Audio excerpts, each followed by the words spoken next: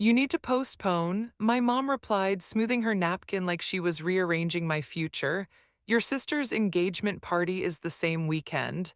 I blinked slowly. My wedding is booked. Deposits are paid. She's going through a lot, Mom replied as if it explained everything. This is her moment. You can be flexible. Flexible, like the date I'd chosen after years of saving, like the location I toured alone because no one asked to come, like the guest list I had previously cut to keep the peace. Hi everyone, my name is Avery. My sister reclined back in her chair, scrolling through her phone. It's not a big deal, she said nonchalantly. People won't want to choose. Choose between my marriage and her celebration. I'm not canceling, I said calmly. Mom's eyes hardened. If you cared about this family, you would. There it was again, love measured in surrender. I looked around the table. My dad stayed silent. My sister smirked faintly. For years, I'd altered birthdays, holidays, even my own graduation banquet to avoid overshadowing her. This time felt different. Not louder, just clearer. Okay, I said gently. They misinterpreted it for agreement. It wasn't. It was the moment I stopped negotiating. I didn't argue at the table. I didn't argue my date or list the non-refundable deposits or remind them that my fiancé's family had already booked flights. I just finished my water and departed before dessert.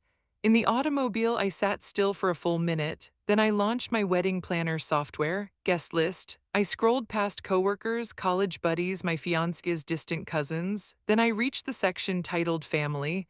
My thumb hovered briefly. Not because I was unsure, because I was exhausted. For years, I had been around my sister's wants, her spotlight, her meltdowns. My mom called it keeping peace, I called it shrinkage.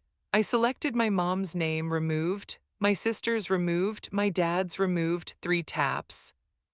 That was all it required. I emailed the venue coordinator, please alter final head count. Immediate update. Then I texted my fiance. I handled it. He didn't inquire what that meant. He said, I trust you. That night my mom called. You've had time to think? She asked coolly. Yes, I answered. And I decided not to cancel, I said. She sighed theatrically. You're being selfish. I almost grinned. No, I answered gently. I'm being consistent. She didn't understand yet, but she will. The meltdown didn't start immediately. It began the next morning when my sister tried to visit the wedding website. She texted first, why can't I see the details? I didn't react, then my mom called. It says we're not on the guest list, she stated sternly. Fix it. There's nothing to fix, I said quietly. Silence, then disbelief. You uninvited us? She demanded. I adjusted the list, I said. My sister grabbed the phone in the background. You can't do that, it's your wedding. Exactly, I'm not deciding between events, I continued calmly.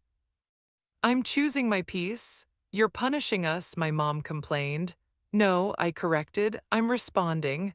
Years of reorganizing my life raced through my thoughts, canceling a birthday trip because my sister had a difficult week, moving my engagement meal because she wanted the same restaurant. You're embarrassing the family. My sister snapped. I pondered about the word humiliating. For once, it didn't sting. If I'm not important enough to keep my date, I murmured softly, I'm not important enough to host you. The line went quiet. Then my dad spoke for the first time. You're making a mistake. Maybe, but it was finally mine. The group conversation burst an hour later. Aunts, cousins, family acquaintances who had been looped in within minutes. What happened? Is this a misunderstanding? My mom had moved swiftly. I read the messages without reacting. I knew the script. I was impetuous, emotional, tough. Then my sister uploaded a screenshot. She uninvited us because she can't handle sharing attention. There it was, the narrative emerging in real time. I typed one message. My wedding date was arranged 18 months ago. I was requested to cancel it for my sister's engagement celebration. I declined, nothing exciting, just facts. Silence followed. My cousin replied privately, wait, they asked you to cancel your wedding? Yes. Are you serious? Yes. The tone shifted, not totally, but enough. My mom called again. You've turned this into a spectacle, she remarked, voice quivering now. No, I said calmly, you did when you asked me to step aside. You're tearing the family apart, she muttered. I thought about how fragile a family must be if my boundaries might break it. I'm getting married. I said, that's all. Her voice dropped cold again. If you do this, don't expect us to come back. I exhaled gently. I don't, I answered. They didn't back down. Instead, they escalated. My sister posted a long statement online about poisonous siblings who couldn't tolerate not being the center of attention.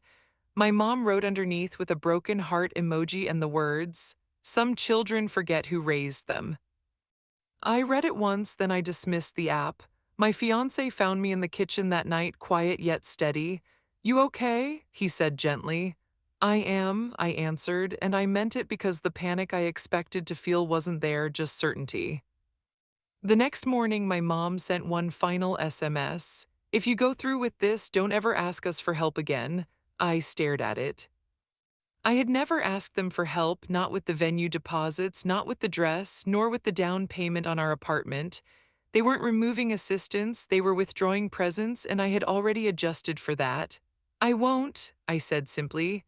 No argument, no paragraph, no pleading. The silence after that felt different, not tense, resolved. 2 days before the wedding, I heard from an aunt that my sister had relocated her engagement party to a different date since attendance had plummeted. People don't appreciate ultimatums, especially when they're unneeded. The night before the wedding, my phone rang again. Dad, I almost ignored it, but something told me to respond. You've made your point, he remarked gently, not furious nor demanding, just exhausted. Your sister's party isn't even the same weekend anymore. I know, I said. So there's no reason to keep this going. I leaned against the motel window, admiring the city lights. There was never a reason to start it. He breathed slowly. Your mother is hurt. I was asked to cancel my wedding, I responded evenly. She didn't mean it like that. How did she mean it? He didn't answer. Instead, he altered tactics. Families compromise. I said for years, the hush stretched between us. You're really going through with this? He inquired finally. Yes. And you're okay if we're not there? I thought about walking down the aisle, about standing beside the man who never asked me to shrink, about forging a life that didn't require approval. I'm okay if I'm there, I said gently. He didn't argue again. He only said, I hope you don't regret it. I won't. I replied, and I meant that too. The morning of the wedding dawned calmly. No frantic texts, no dramatic threats, just silence from their side. I stood in the bridal room, dress hanging perfectly against the light, my closest friends fixing my veil. No one addressed my family. They didn't need to. The ceremony space sparkled softly with candlelight. Every chair was filled, just not with them. When the music began, my heart didn't rush from worry. It steadied. I walked down the aisle without searching the crowd for my mother's expression, without wondering if my sister was critiquing the centerpieces, since for the first time I wasn't acting for them. I was present. When we said our vows, I felt something settle deep in my chest. Nor rebellion nor revenge ownership. During the reception, my phone buzzed once in my clutch. I didn't check it. Later that evening, I glanced down at a single unread message from my mom. I hope it was worth it. I stared at the words for a long moment, then I typed back exactly one sentence. It was no rage, no explanation, simply truth. The honeymoon images went up a week later, sunset over the Amalfi Coast, laughter caught mid-motion. My hand closed around his, steady and certain. I didn't tag my family, I didn't disguise it either. 2 days after we got home, my mom showed up at our apartment unexpectedly. She stood in the hallway clutching a little wrapped parcel.